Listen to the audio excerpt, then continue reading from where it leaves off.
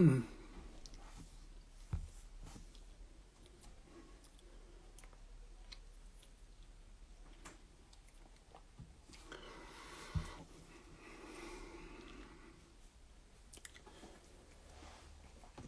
Ramiro, fiel acá, a full.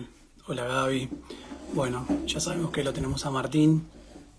Vamos a cruzar los dedos para que hoy podamos conectarnos más rápido que la otra vez. Bueno, hola Paola.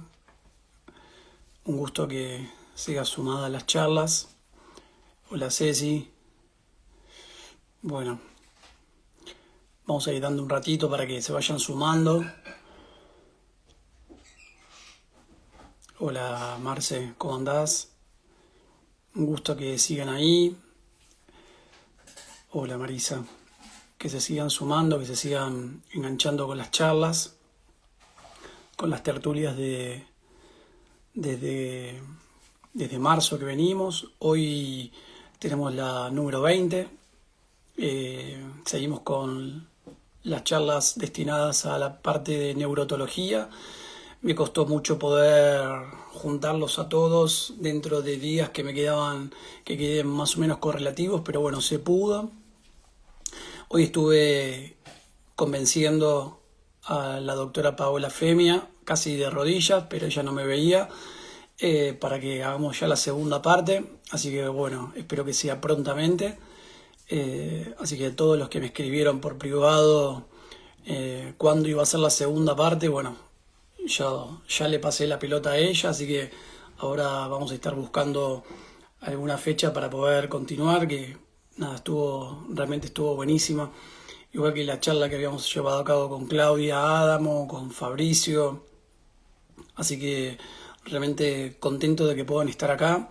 Hoy me escribió el doctor Pinto de Chile, así que queriéndose sumar también para las charlas. Así que bueno, seguramente que va a estar hablando de Menier. Y nada, genial. El día de mañana vamos a estar hablando con Lázaro Teixeira sobre hipofunción vestibular unilateral. Así que bueno, a grandes rasgos fuimos sumando muchas de las patologías vestibulares más clásicas, más comunes. Y bueno, muchísimas gracias. Realmente que se sigue emprendiendo. Y hasta mediados o tercera semana de julio hay charlas pendientes. Así que agradecido. Hoy estrené un termo y un mate que me regalaron en Misiones la última vez que fui, colegas. Así que les agradezco recién hoy. Bueno, para eso sirve también la pandemia, sacar de cosas que tenemos guardadas. Así que acá estamos de vuelta.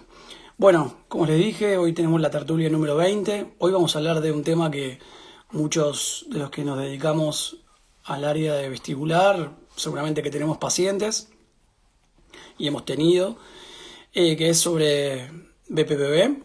Y bueno, vamos a estar hablando con Martín Belver, eh, el director del posgrado en rehabilitación vestibular y alteración del equilibrio, que bueno, en el pasado hemos llevado adelante en Córdoba por medio de la Regional 4. Bueno, mi profesor también, desde el año 2009, que lo vengo molestando y bueno, vengo aprendiendo cada vez que tengo la posibilidad. Así que bueno, lo voy a estar dejando pasar, así no perdemos más tiempo, que después nos queda corta la charla.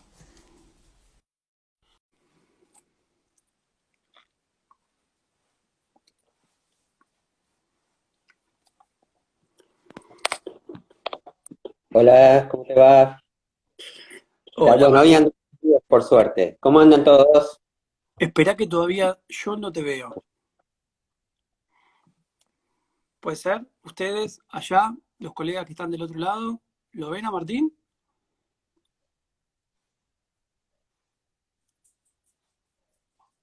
Hola, Hola. espera, te voy a anular y te voy a volver a llamar, dale, porque no te veo. Ahí te llamo otra vez. Dale.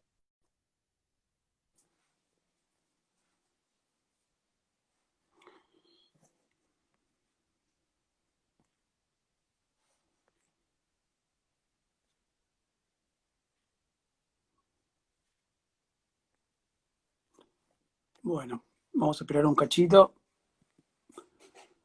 Tenemos mala suerte, che. Ahí la veo a Claudia Adamo, que también está. Un gusto, Claudia. Gracias por lo que me mandaste hoy.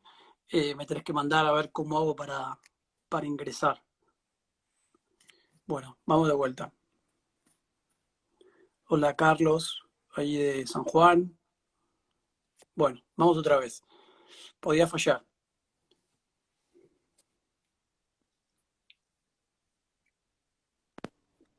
Bueno, ahora sí.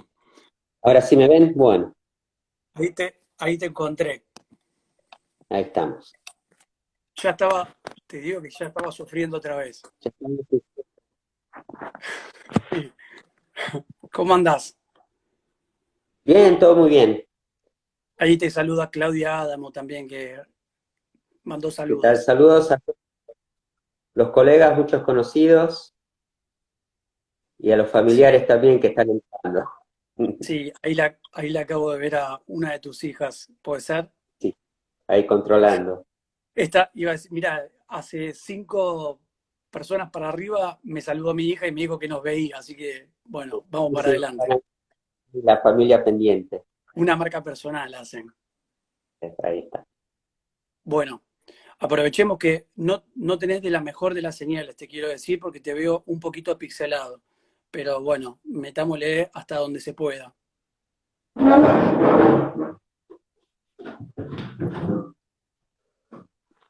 Dale, y abrí a ver si tengo mejor recepción. Bien, dale, genial.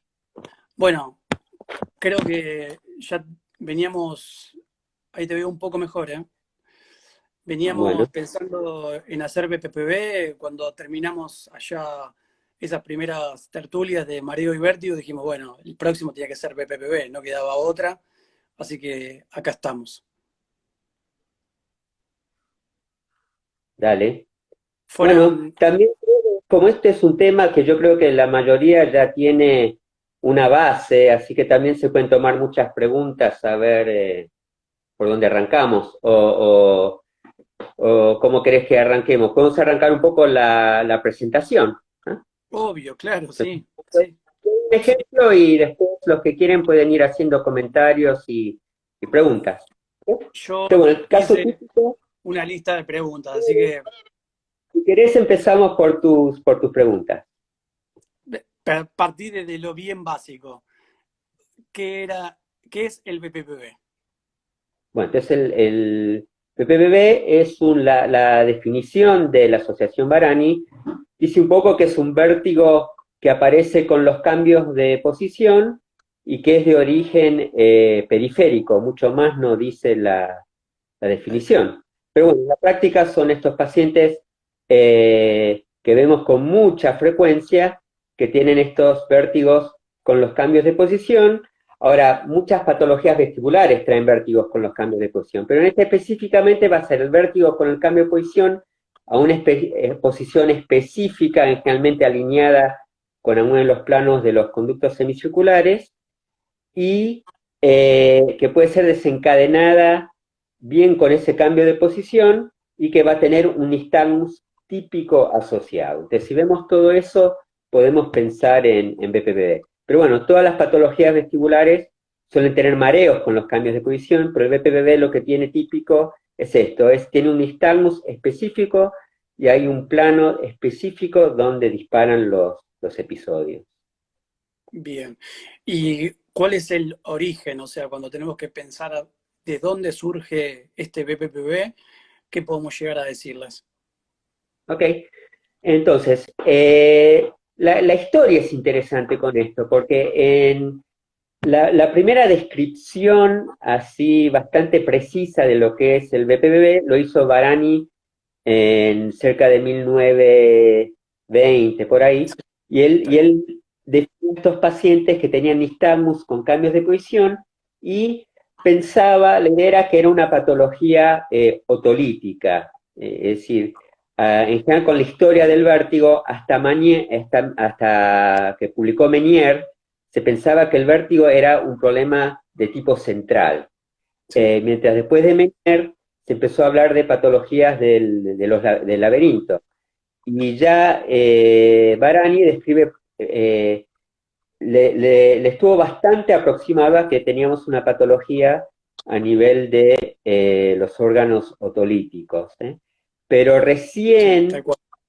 mucho más adelante, cuando Parnes describieron el primer caso de canalitiasis, donde ellos identificaron fragmentos otolíticos dentro de un canal que se llegó a la teoría actual, ¿no? Que estos fragmentos otolíticos migran del utrículo hacia uno de los conductos semicirculares. Hay un Muchos, paper muchos, reciente sí, donde sí, ellos lo que es decir, que realmente está en el canal, realmente son porciones de calcio.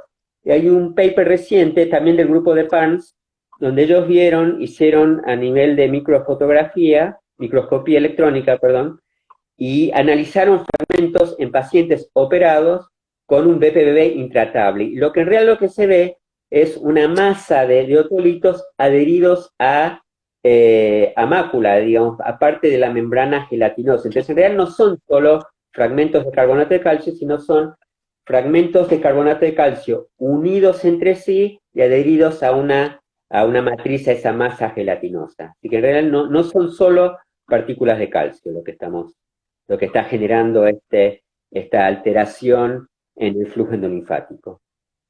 mucho de esa primera definición que creó Barani, mucho también es incluido lo de Florence y Ewald, ¿no? Dentro de lo que habla también sobre las corrientes y la distribución de la corriente relacionada con la gravedad. Sí, y aparte lo que nombró, lo que definió un poco, es decir, cómo identifica un BPBB fueron las leyes de Ewald, que el nistagmus generado va a estar en el plano del conducto semicircular afectado, así que eso es un poco lo que nos permite diferenciar las distintas variantes, ¿no? Tal cual. Creo que lo otro que se termina marcando con esto es la importancia también de los líquidos, ¿no? Dentro y fuera de los mismos conductos. Ah, seguro, digamos, sin flujo endolinfático no habría BPPB. Claro, tal cual, tal cual. Y, y la variable entre ellos, el cambio entre los líquidos, también nos puede llegar a originar una alteración de BPPB.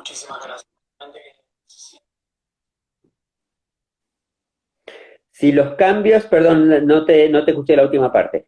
No, te decía, si la modificación entre los líquidos, cuando estamos hablando de líquidos, bueno, para que lo entienda, estamos hablando de la endolinfa y la perilinfa, ¿no? Una modificación, ¿sí? En estos mismos puede llegar a originar también en un BPPB, no solamente en las partículas circulantes por un X motivo, sino un cambio En realidad no en la sería, anastasia. puede ser vértigo, no sería un vértigo posicional paroxístico benigno, pero sí un vértigo posicional. El caso típico es un problema que me pasa a mí es con el consumo de alcohol. El alcohol, eh, como infiltra selectivamente hacia el endolinfa, cambia la densidad del endolinfa, así que es común que cuando uno tomó demasiado alcohol tenga vértigos posicionales, pero no, en este caso no serían partículas dentro del endolinfa, sino un cambio en la densidad del endolinfa por difusión del alcohol hacia los conductos. Así que eso hablaríamos de un vértigo posicional, pero no de un vértigo posicional paroxístico benigno. Y lo otro, no sé si estás en la enfermedad de Meniere, Sí, lo es que otro lo que intenté vemos, apuntar, donde vamos a intenté tener apuntarlo para... una membranas del oído interno, que generaría un episodio tipo Meniere, pero no un BPPB. Pero bueno, el daño del Meniere puede a largo plazo generar un BPPB, pero porque está generando daño en el oído, pero no específicamente porque el Meniere genere BPPB, ¿no? Son dos patologías distintas, pero digamos que el Meniere genera un oído frágil o cualquier patología que genere un oído frágil predispone a un BPPB. ¿Cómo podemos diferenciar el BPPB de otras patologías de origen periférico?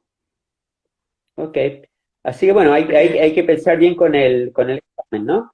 Entonces, sí, principal la anamnesis, ¿no? Entonces el paciente se nos sienta adelante y va a decir, bueno, estoy mareado. Bueno, ¿cómo es su mareo? Bueno, por ahí nos dice, mi mareo es puntual cuando me acuesto y me levanto, pero a veces el paciente dice, mire, yo estoy mareado siempre, entonces hay que empezar a pinchar un poquito. Bueno, pero ese es siempre. ¿Usted ahora que está hablando conmigo está mareado? No, ahora no.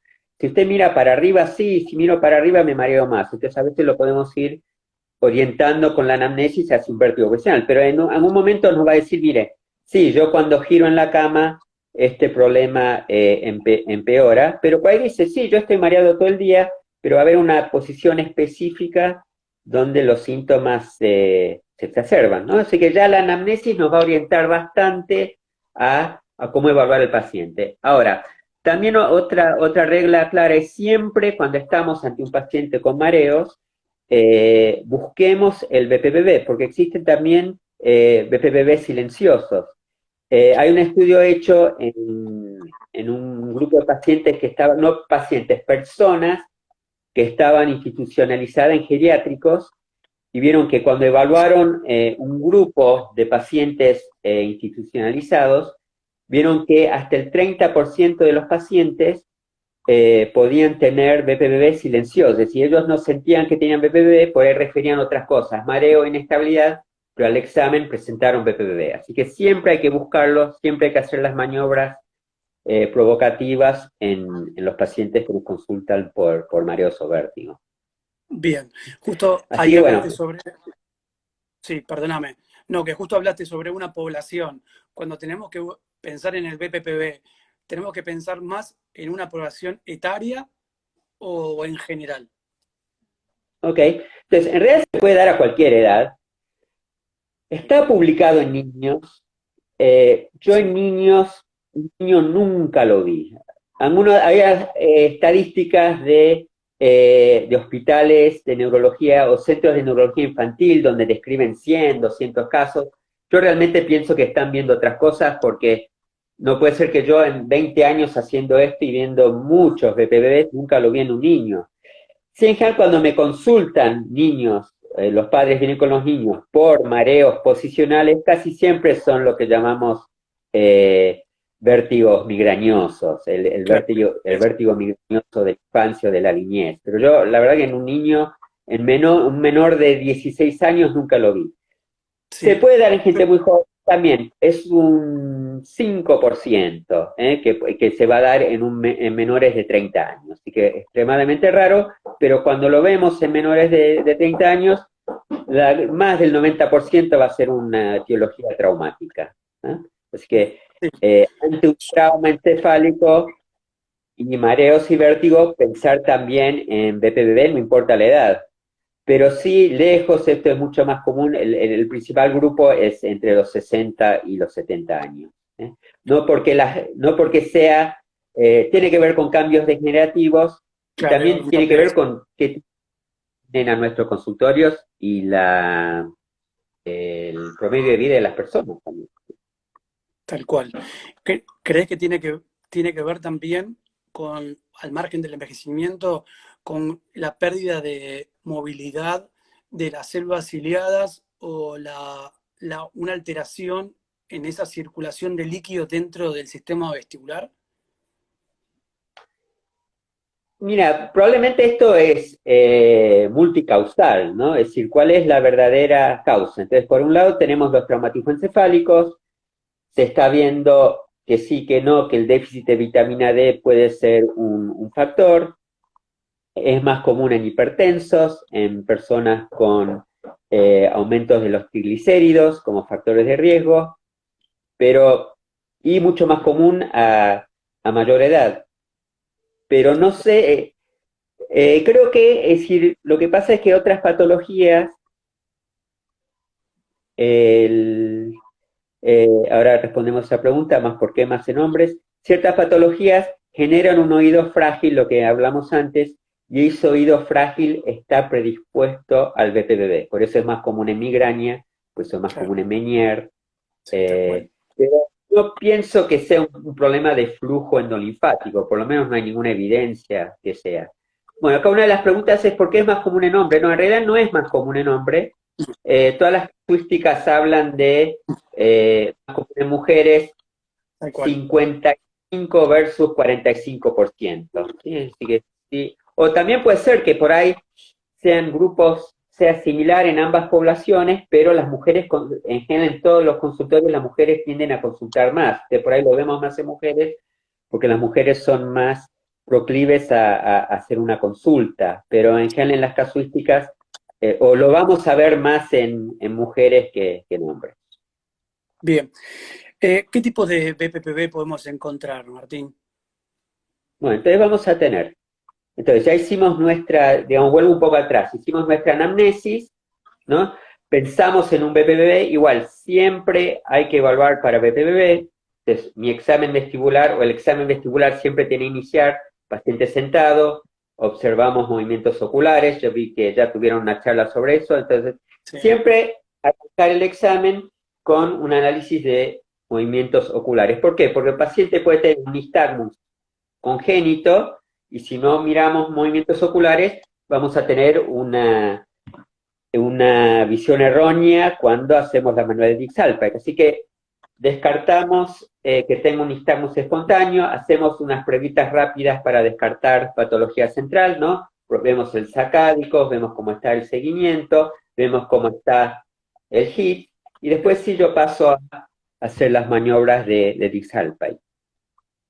Entonces, cada maniobra, es decir, hay maniobras de lo que vamos a hablar, maniobras disparadoras, sí, específicas para cada canal, ¿no? Entonces vamos a hablar de la posición de Dix-Alpine, ¿no? 45 grados y 30 de extensión, más selectiva para los canales posteriores, pero también selectiva para el canal anterior del otro lado. Entonces tal podemos cual. evaluar con Dix arriba, ¿no? Posterior derecho, anterior izquierdo, digamos su parco planar. Podemos Claro. en lado izquierdo evaluar posterior izquierdo y anterior derecho. Para los canales horizontales, ¿no? En general los ponemos, están en este plano, entonces tenemos que acostar al paciente y hacemos lo que se llama la maniobra de rolado o de McClure, o directamente poner el paciente en el lateral, eso también funciona. Tal cual. Y otra maniobra que podría ser selectiva para ciertas variantes del canal anterior sería una cabeza colgada profunda. Sería como una Dix-Alpine más profunda, pero en el plano neutro. Sí, Entonces, ahí ya hablamos de nuestras tres variantes, ¿no? Vamos a tener nuestras variantes de canal anterior, canal posterior, canal horizontal, y lo que no hablamos es el tema de las canalitiasis y cupulolitiasis, ¿no? Entonces, la otra ahora, variante va a mira, ser la era la pregunta que seguía. bueno, entonces nos metemos en eso, vamos a tener nuestra canalitiasis, donde al acostar al paciente, ¿no? Este sería el conducto posterior, lo acostamos, vamos a tener un vértigo breve, que dura el tiempo que tardan estos fragmentos otolíticos a llegar al fondo del canal, después se va a detener el vértigo del nistagmus, y en las cupulolitiasis, donde todo el tiempo que el paciente está acostado, se va a flexionar la cúpula, donde están las células sensoriales vestibulares, ¿ah? Y el paciente todo el tiempo que está acostado, esa cúpula está flexionada y va a tener estos síntomas persistentes. Así que ahí creo que tenemos las variantes, ¿no? Los tres canales, las dos variantes, en el total podemos tener 12 variantes de BPPB en cada paciente, por lo menos las variantes más típicas. Sí.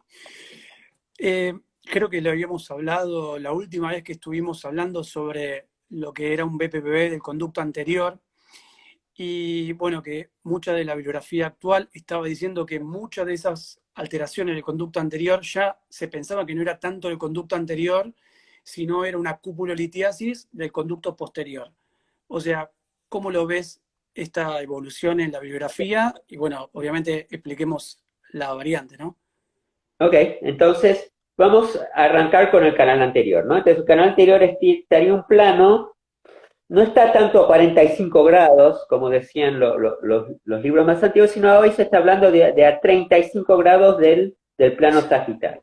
Tal cual. Entonces, sabemos por estas leyes de Ewald que los nistagmus se generan dentro del plano de ese canal. Entonces, un canal anterior tendría que generar un nistagmus, sobre todo vertical, pero ligeramente oblicuo, ¿está? Ligeramente torsional, ¿no?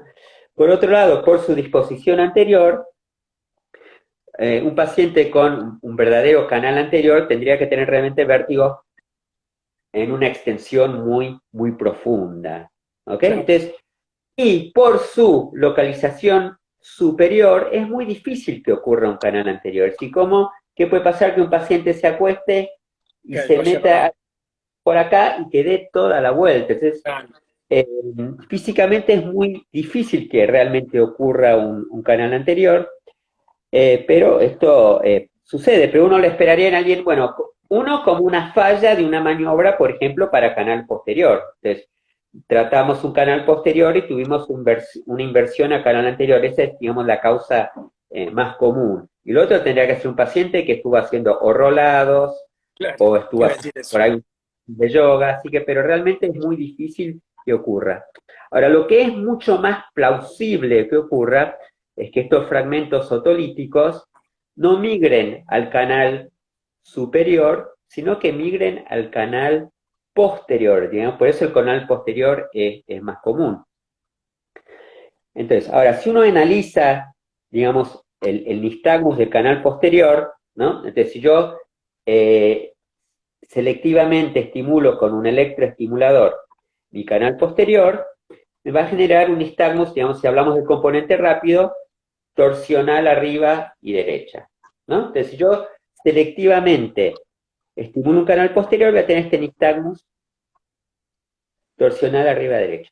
Pero si yo pudiera inhibir ese canal posterior, generé un movimiento opuesto, un nistagmus torsional abajo izquierda, si fuera un lado derecho. Es decir, el nistagmus iría para abajo y se alejaría o rotaría en sentido opuesto al oído. Entonces, uno podría decir que una facilitación generaría un nistagmus torsional arriba derecha, mientras que la inhibición de un canal posterior generaría un nistagmus abajo a izquierda, que fíjense que es idéntico al nistagmus que se puede generar con un canal anterior izquierdo. Claro. Entonces, cuando nosotros estamos con un paciente que vemos un nistagmus, lo acostamos y vemos un nistagmus hacia abajo y a izquierda, una posibilidad es que sea una facilitación del canal anterior, pero la otra posibilidad es que sea una inhibición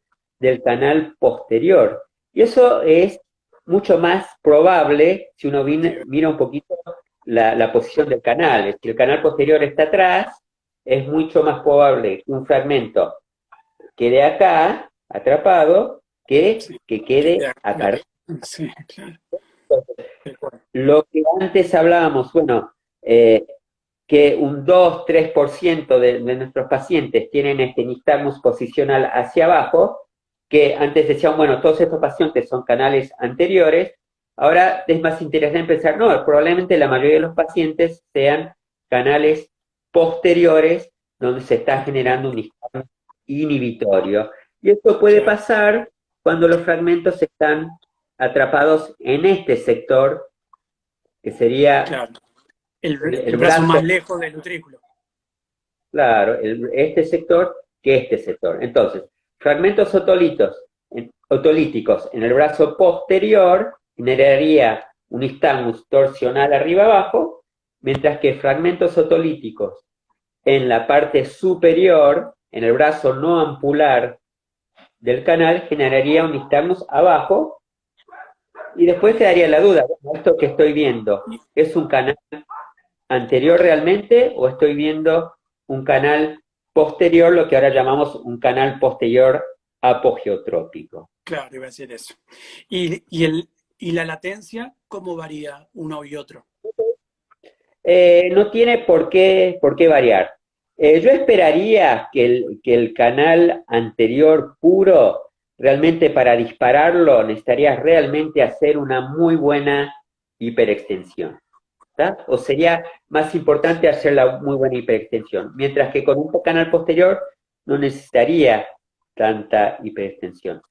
Pero bueno, ¿cómo podemos hacer el diagnóstico diferencial? Bueno, es un canal anterior, es un canal, una inhibición del canal posterior, todavía no está muy claro.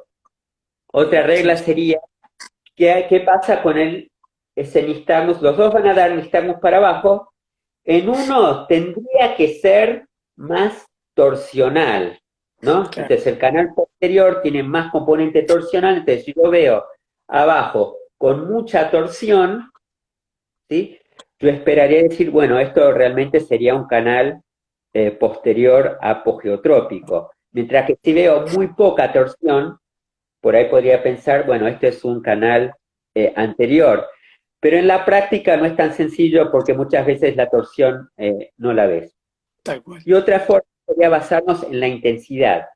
Como el Claro, canal posterior sería un mecanismo inhibitorio, en teoría no tendría que ser tan intenso cuando lo apuesto, tendría que ser más intenso cuando facilito el canal, que es cuando lo levanto. Entonces, un claro. nistagmus más fuerte al levantar al paciente me haría pensar también en un canal posterior. Pero esa es la teoría. En la práctica realmente son muy difíciles de diferenciar y a veces es prueba-error. Bueno, vamos a ver qué pasa con esta maniobra, vamos a ver qué pasa con la otra maniobra.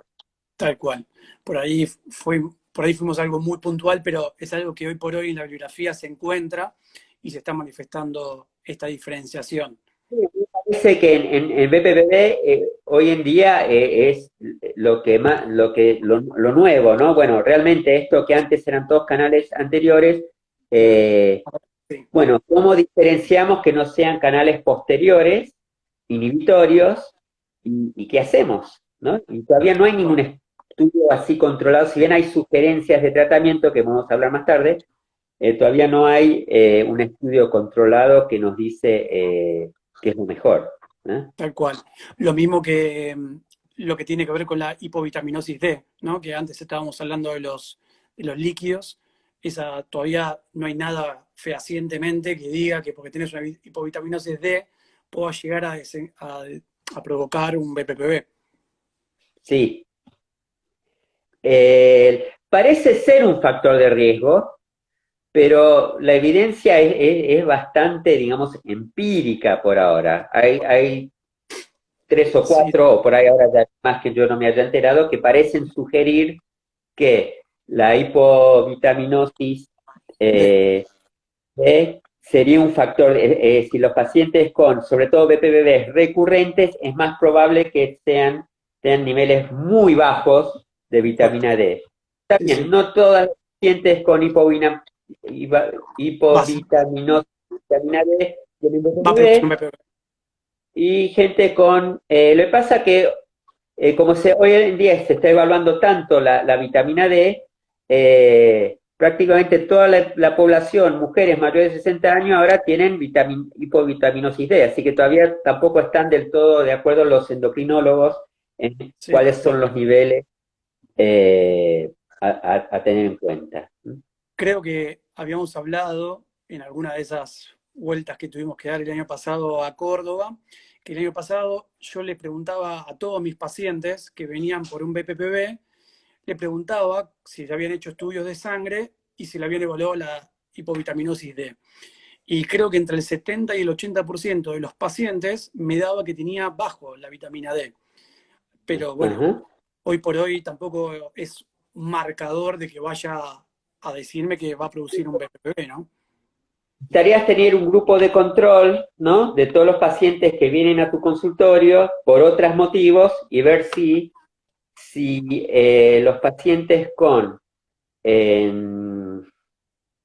con hipovitaminosis de vitamina D son más que aquellos pacientes que vienen, que por una cervicalgia, lumbalgia, y no tienen BPB. A ver si realmente, y cuando se han hecho esos estudios, sí parece haber una relación entre que los grupos con déficit severo de vitamina D sí son más probables de tener BPPB, y que el tratamiento de ese déficit severo de vitamina D puede disminuir el número de recurrencias. Así que por ahora la evidencia parece No, apuntar a ese lado, parece sí, apuntar a ese lado.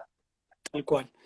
Em, ¿Te va? el, el vértigo del BPPV va acompañado con otro tipo de sintomatología, ¿sí? ¿Cuál de esos síntomas podemos encontrar también? Ok. Mire, este es terriblemente variable, ¿no? El tema, como que el vértigo es algo subjetivo y Tal cual. distintos pacientes se lo relatan de distintas De formas. diferente manera. Y es que hay pacientes que dicen, no, los reclutas, las cosas le giran, no, a mí las cosas no me giran, soy yo el que giro. Entonces, ¿cómo uno interpreta si uno está girando, las cosas giran alrededor de él? Pero algunos pacientes te lo marcan bien. Tengo pacientes que me dicen, no, yo siento mareo, pacientes que dicen, no siento vértigo, solo que las cosas me están oscilando. Hay pacientes que dicen, no, yo siento solo la cabeza liviana. Otros pacientes dicen, no, yo tengo un severo, una severa inestabilidad. Es decir, yo tengo, ahora justo me acuerdo de un paciente que vi esta semana, un señor padre de un kinesiólogo que tiene un BPPV muy recurrente y ya lo veo hace más de 10 años y la característica que él tiene es que siempre que hace estos BPPVs eh, tiene severas inestabilidades, de forma que tiene que venir a veces acompañado por su hijo, por algún familiar, para decir que no es tan común que tengan, sí que tengan un grado de inestabilidad, pero no esta inestabilidad más tan severa, más cuando son pacientes que ya tienen tantos años de evolución, ¿no? Bien. Lo que está Ju- diciendo una pregunta, perdón, Mariano, de no, sí, Claudia es si saber qué pasa sí, sí, con los bebés cuando en 1 o 2 meses, después de tantos meses de que tanta gente que está encerrada y sin estar expuesta al sol, ¿no? claro, Y obviamente, yo sí. estoy viendo muchos pacientes en las casas de, no, yo hace 3 meses no salgo a la calle, entonces, bueno, ahí la sugerencia, sea o no pensando en vitamina E, en el BPB, bueno, usted tiene que asegúrese de estar expuesto al sol por lo menos 15 minutos eh, Sí, 3 veces por por semana. Y lo otro, algo, Claudia, que yo estaba pensando es, ahora que se está proponiendo para el tratamiento del COVID, ¿cómo se llama? Corríjame, la cloriquina, que es esta droga que está tomando Donald Trump, que sí, sería sí, iba a decir eso. la clorina sería una droga autotóxica. Así que por ahí a futuro veamos pacientes que han tenido o que tengan vestibulopatías bilaterales como consecuencia de estos tratamientos farmacológicos. Claro. Y lo otro que me surgió preguntarte ahí con respecto al comentario que hizo Claudia es cómo relacionás los casos de BPPV con el estrés, que muchas veces viene el paciente y te dice, estoy pasado de rosca y me apareció este cuadro. Sí, difícil saber. Eh, Hay un estudio de un grupo italiano que ellos decían que sí, que los pacientes perdón, me fui de tema, con BPPV era más común cuando tenían problemas de estrés, muy difícil de medir. Yo en la práctica, como es tan común el estrés, ¿no? El paciente no, tuve un problema laboral y al otro día me agarré esto, pero también tenemos pacientes y dicen, mire, yo estaba de vacaciones, Claro. siempre en marzo te caen los pacientes que hicieron su BBB. Yo me estaba en el crucero, me tiré en el crucero, en la reposera, y me agarró mi primer episodio, o me agarró en el mar, o me caí, me tiró una ola. Entonces es difícil decir si realmente los trastornos de ansiedad, como me pone Augrillo, eh, si realmente hay una mayor incidencia de BPPV en pacientes con trastornos de ansiedad, muy difícil de demostrar. Yo lo tomo más como que este es un problema mecánico y que no sería por lo menos un factor de riesgo importante. Por ahí sea en alguna medida, pero todavía yo no lo afirmaría. Bien. La que Martín, trae trastorno de ansiedad, sí en mucha gente, ¿no? Sí, así que es o nos pegamos el COVID o o nos hacemos una ototoxicosis, ¿no? Vamos a estar ahí. Así que, bueno, vamos a ver qué pasa. Vamos a ver qué pasa. Bien. ¿Qué complicaciones podemos encontrar en estos pacientes que tienen BPPV? Bueno, por un lado creo que lo más importante es el aumento de riesgo de caída, ¿no? Entonces, yo siempre les digo, mire, esto no es algo, nadie se muere de esto es algo muy desagradable, la única forma que esto pone en peligro su salud es por las caídas, ¿eh? Así que tenga mucho cuidado y ahí un poco les digo, bueno, usted tiene que evitar mirar muy para arriba, mirar muy para abajo, cuando se levante de la cama, espere unos minutos, ¿no? Darle un poco las pautas para evitar ¿Cuál? caídas. Así que realmente la consecuencia seria de un BPBD sería esa. No se me ocurre otra consecuencia seria, ¿no? Pero bueno, después están todos los malestares que traen en la vida diaria, ¿no? Las náuseas, el desequilibrio, como pone ahí el miedo a salir. Sí hay pacientes que hacen Claro, eh, eh, fobias, agorafobia. Sí, fobias eh, posterior a un BPBD, pero no todos, depende un poquito también cómo está armada cada personalidad, ¿no? claro. A Pero cada uno le toca diferente. sí, todos somos distintos y reaccionamos distintos cuando nos enfermamos. Y sí, ahora, interesante, en pacientes ya con trastornos de ansiedad diagnosticados, en general esos pacientes tienen más dificultad en recuperarse, como que resuelve BPPB, pero el paciente en general, por experiencia, esos pacientes Sí, claro. eh, les cuesta más. O sea, esos pacientes, no, ya no tengo el vértigo, pero sigo mareado, Justo te iba a no quiero, preguntar no, eso. como que fue un disparador de algo que ya estaba, que ya estaba ahí incubado, ¿no? Sí. Pero tenemos muchos pacientes que no, que hacen su BPB, no hacen esto me hace sentir muy mal, pero no me trae pánico, y a los 2 días están trabajando de vuelta, así que depende de cada personalidad. Eh, ¿Cómo tratar ese mareo residuante que queda muchas veces después de haber realizado las maniobras de acomodación? Ok, mire, lo típico es, entonces, ustedes ven un paciente, ¿no? Le hacen unas maniobras y algo bastante común, a la media hora ya te está mandando mensaje de Sí. texto, ¿no? Siento mucho, Sigo antes el mareo mareado. era, ¿no? Eso nos pasa a todos, creo, ¿no? Sí, sí. Yo justo tenía una charla, había apagado el celular y cuando prendo el celular tenía 30 mensajes de texto de un paciente, ¿no? Que me siento mucho peor.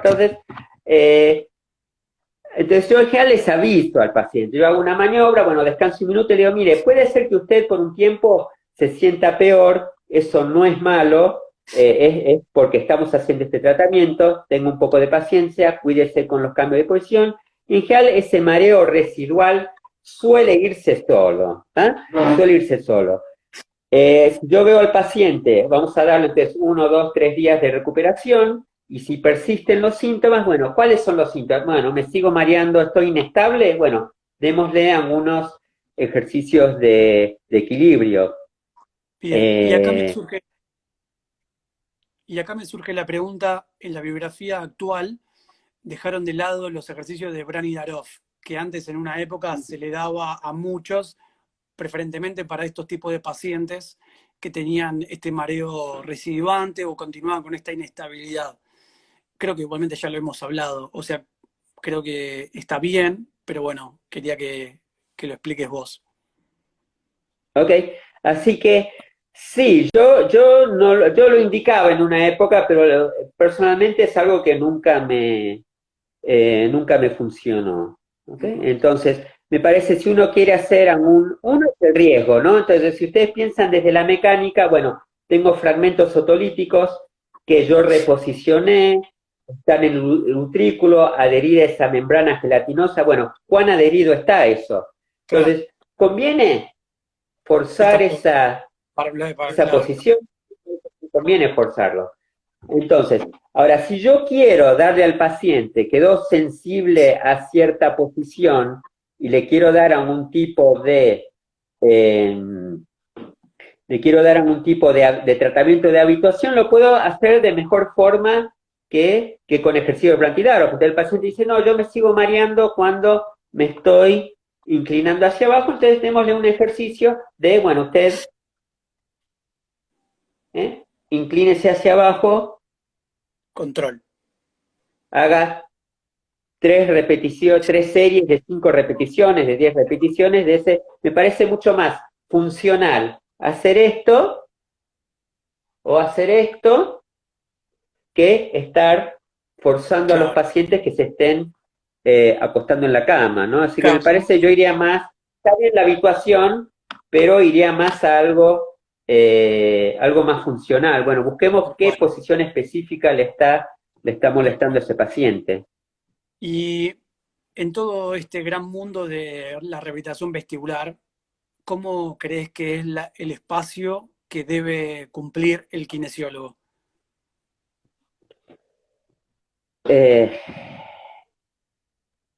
yo creo que ¿Qué nosotros somos, eh, no sé si vos te referís a otros campos, no, esto es nuestro, digamos, las maniobras mi pregunta fue, primero que los haga, al paciente no le importa quién los hace, que lo sepa hacer, que los haga el que sabe hacer, ¿no? El paciente, desde el punto de vista del paciente, sea un médico, sea un clínico, sea un kinesiólogo, un fonoaudiólogo, al paciente no le interesa, el paciente quiere que le resuelvan el problema. obvio, ¿Quién por ahí estamos más capacitados para hacerlo? Y yo creo que en trabajo de manos con pacientes nosotros somos los que tenemos mejor formación. Aparte, si nos quieren comparar con los fonos, que también hacen rehabilitación vestibular, nosotros por ahí tenemos una mejor formación en neurología, en terapias manuales, pero no digo que un fonoaudiólogo estos tratamientos no le corresponda hacerlo porque legalmente también está dentro de su área. Y obviamente los neurólogos si los neurólogos otorinos que están capacitados en esta área también son buenos, muy buenos haciendo esto. bien, Algo que me gustó una vez en una charla de Halmagyi, Halmagyi dice, no se refería específicamente a BPPB, Halmagyi dice, los mejores para el HIIT, los que realmente hacen bien esto, decía, son los kinesiólogos, porque les gusta torturar a la gente. ¿No? Así que es un poco la fama. Pero yo que el trabajo morbo, mucho con neurólogos, no es lo que más le gusta hacer, tener un paciente, acostarlo, dispararle un BPPB, a veces vomitan, es que los neurólogos no les gustan más, ellos más les gustan, no sé si hay un neurólogo por ahí, les gusta el Claudia. martillito, otro Aquí tipo está de... Claudia, así que Claudia nos puede decir. Esto nos gusta a nosotros porque es lo que nos entrenamos para hacer. Pero bueno, que las haga el que esté bien entrenado para hacer. ¿Viste? Yo no Bien, tengo tanto eso de, oh, esto sí. es exclusivo de los kinesiólogos, porque no lo Mi, es, ¿no? Pero mi que pregunta, lo sabe hacer, nosotros, los kinesiólogos especializados en rehabilitación vestular, creo que somos los que mejor lo hacemos hacer, lo sí, sabemos hacer. mi pregunta fue capciosa porque ya lo hemos hablado y muchas veces te planteé que es algo muy de nosotros, muy de acá de Argentina, en el cual el kinesiólogo tiene que hacer esto, el fonoaudiólogo de última que haga esto otro, el terapista ocupacional que haga esto otro. Entonces es como sectorizar, es muy, muy argento, ¿no? Sí, sí, Te sí, es comenté mucho en otro, promedio. sí, También en otros hay lugares no pasa. obviamente hay que tener límites, ¿no? Pero tenemos que reconocer que a veces las cosas se entrelazan, ¿no? Entonces no puede ser tampoco, no, este solo mira el oído, este solo mira el cerebro, ¿no? Tiene que haber realmente profesionales con visiones más amplias y eso no somos los únicos que lo podemos hacer, ¿no? Obvio, claro. ¿Cómo te manejas con un paciente cuando comenzás con la etapa de rehabilitación vestibular? ¿Cómo? Perdón. ¿Cómo te manejas cuando comenzás con un paciente ya la etapa de rehabilitación vestibular? O sea, ya le hiciste la anamnesis, ya le hiciste las maniobras de provocación, le hiciste las maniobras de acomodación. ¿Cómo comenzás con la rehabilitación vestibular? Ok, bueno, en el caso de BPPB, por ahí no lo haga, Es decir, yo en GEL trato al paciente, lo cito para 3, 4 días, vuelvo a evaluar. Si el paciente está completamente asintomático, le voy a dar pautas de manejo, cómo manejar un futuro episodio. En general yo lo trato de tener los 7 días sin muchas actividades, digamos, enérgicas, ¿no? Pero ahora, si el paciente, y esto es lo más común, ¿no? Son pacientes mayores, tienen una inestabilidad asociada, entonces, bueno, pacientes ya no, el BPBB, ya las maniobras, las pruebas son negativas, ahí sí voy a empezar con ejercicios de estabilidad, si está inestable. Alguien preguntó antes sobre los ejercicios de adaptación, ¿no? Sí, sí. Por ejemplo, ejercicio de un board. No sería necesario, si estos pacientes en realidad, salvo que tenga una hipofunción vestibular asociado, en general no va a tener un déficit del board, entonces yo no se lo daría como un ejercicio de adaptación. Ahora, por ahí yo le dé este ejercicio, pero lo voy a considerar más un ejercicio de habituación al mareo, o se lo puedo dar caminando como un ejercicio de... Así que, si bien podemos decir es un ejercicio específico de adaptación, no buscamos adaptación en BPBB porque no hace falta, más sería un tema de equilibrio y habituación. Pero son los mismos ejercicios, varía un poco el nombre o qué enfoque o qué velocidad lo hacemos, ¿eh? Pero así que, según los síntomas, es decir, día 3, 4, resolvió el BPPB, tengo una Dix-Halpike negativa, bueno, sigue con síntomas, voy a indicar ejercicios de equilibrio y más tipo de habituación. Y por ahí, si el paciente está totalmente asintomático, en general tampoco le interesa hacer muchos ejercicios. ¿Sí? Si yo no le doy alta, se lo va a dar solo. Recién hablaban hola Vero, que son muchos fonoaudiólogos que amamos esto y nos cuesta mucho trabajar juntos. Sí. No veo la dificultad, yo por lo menos por mi cuenta, yo no tengo ningún tipo de perjuicio, como yo dije antes, a mí que el paciente no le interesa, que sea un fono, que sea un kinesio, obviamente yo corazón tengo los kinesiólogos, pero yo no tengo ningún problema en trabajo con fonos, siempre y cuando, es decir, hay fonos mucho mejor formados que muchos kinesiólogos en el área, ¿no? Así que yo personalmente no tengo ningún problema en trabajar con fonos y no creo que tendríamos que tenerlo. No, Vero sabe también que yo también no tengo ningún problema, mismo creo que es la persona que yo estoy pensando, la he querido incluir en varios de los cursos que he dado, pero bueno, por cierto, circunstancias, a veces el colegio es un poco más reacio a que el curso sea dado para otros profesionales, pero creo que no tenemos ningún problema nosotros. Y Martín, me quedé pensando, viste, la bibliografía actual también hace alusión a que una vez que acomodás al paciente, el paciente podría comenzar con su vida diaria lo más normal posible. Obviamente, bueno, vos y yo y otros profesionales dentro de esta área tenemos un montón de recaudos al momento en el cual, después de acomodarlo, ¿no? Que vos lo acabaste de decir, en esos primeros 7 días, ¿sí? No darle tanta movilidad. ¿Cómo ves esta disyuntiva? Porque... Bueno, entonces es tema de discusión, ¿no? Entonces, la guía clínica, ¿no? Del BPPB, la última guía clínica, a ver, alguien por ahí me puede ayudar con si eso es 2017, alguien por ahí me puede ayudar con la fecha, creo que me estoy adelantando bastante. Bueno, la última Practice Guideline. Sí, iba a decir 2016, pero no me acuerdo muy bien yo. Probablemente. La última Clinical Practice Guide dicen que no hay evidencia que las maniobras, que la conducta de evitar posiciones tenga influencia en el resultado del tratamiento. Entonces, si bien los primeros Epley y Semon proponían que el paciente durmiera directamente 48 horas sentados y por una semana no se acostaba, actualmente las guías dicen que no, eso no es necesario, no cambia en nada el porcentaje de pacientes recuperados. Es decir, le digamos que duerma sentado una semana o digamos hace tu vida normal, aparentemente no hay mucha diferencia entre ambos grupos. pero hay una pequeña Sí. diferencia. Entonces, en general, hay un metaanálisis donde vieron que sí, había una pequeña diferencia, pero esta era apenas estadísticamente significativa. Ahora, el planteo que yo hago es, esto no solo es un tema de resultados finales, ¿qué pasa con las caídas? Porque, por ejemplo, yo con una maniobra de play, por ahí tengo en un BPB de canal posterior un 70% de resolución en una sola sección. Más o menos es la estadística internacional. Pero hay un 30% que no va a resolver en una sección. Entonces, si nosotros no estamos diciéndole al paciente que tenga precaución hasta la próxima consulta, si no estamos poniéndolo en mayor riesgo de caída, sobre todo si son pacientes mayores. Entonces, yo Tal sí cual. uso esto de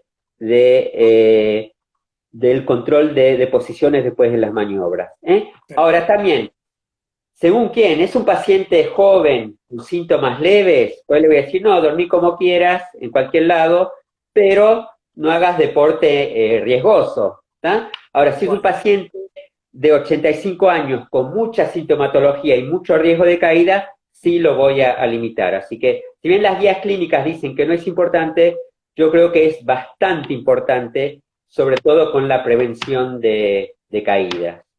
Así que ahí Bueno, no coincido con las guías. no, Sí. no, no, yo pienso, 2017 bueno, sí, está bien, 2017.